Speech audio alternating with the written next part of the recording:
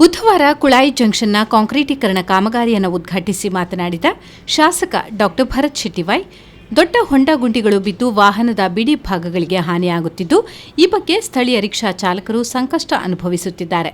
ಸಂಸದರ ಜೊತೆ ಚರ್ಚಿಸಿ ಹೆದ್ದಾರಿ ಇಲಾಖೆಗೆ ಕಾಂಕ್ರೀಟೀಕರಣಕ್ಕೆ ಸೂಚಿಸಿದೆ. ಇದೀಗ ರಸ್ತೆ ಸುಸಜ್ಜಿತ, ಮಳೆ ನೀರು ಹರಿಯಲು ಒಳಚರಂಡಿ ಕಾಮಗಾರಿ ಮಾಡಲಾಗಿದೆ.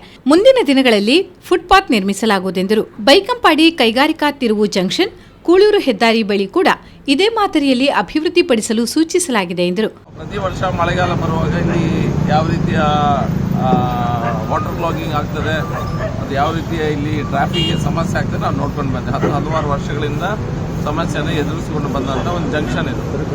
ಅದಕ್ಕಾಗಿ ಲಾಸ್ಟು ನ್ಯಾಷನಲ್ ಹೈವೇರ ಮೀಟಿಂಗ್ ಆದಾಗ ಸಂಸದರ ಹತ್ರ ಮಾತಾಡಿ ಈ ಕೆಲವು ಜಂಕ್ಷನ್ಗಳಲ್ಲಿ ಕಾಂಕ್ರೀಟೀಕರಣ ಮಾಡಬೇಕು ಮತ್ತು ಕಲ್ವರ್ಟ್ಸ್ಗಳಲ್ಲಿ ನೀರೇನು ಹೋಗ್ತಾ ಇದೆ ಅದು ಲಾಗಿಂಗ್ ಆಗೋ ಕಾರಣ ಅದನ್ನು ಸರಿ ಮಾಡಿ ಕೊಡಬೇಕೆಂಬಂಥ ಒಂದು ನಾವು ಬೇಡಿಕೆನಿಟ್ಟಾಗ ಸಂಸದರು ಆವಾಗ ಕೂಡಲೇ ಅಲ್ಲಿರುವಂಥ ನ್ಯಾಷನಲ್ ಹೈವೇ ಅಥಾರಿಟಿಗಳ ಹತ್ರ ಮಾತಾಡಿ ಇದನ್ನು ಇಷ್ಟು ಜಂಕ್ಷನ್ಸ್ಗಳಿಗೆ ನೀವು ಕಾಂಕ್ರೀಟೀಕರಣ ಮಾಡಬೇಕಂತ ಹೇಳಿದ್ದಾರೆ.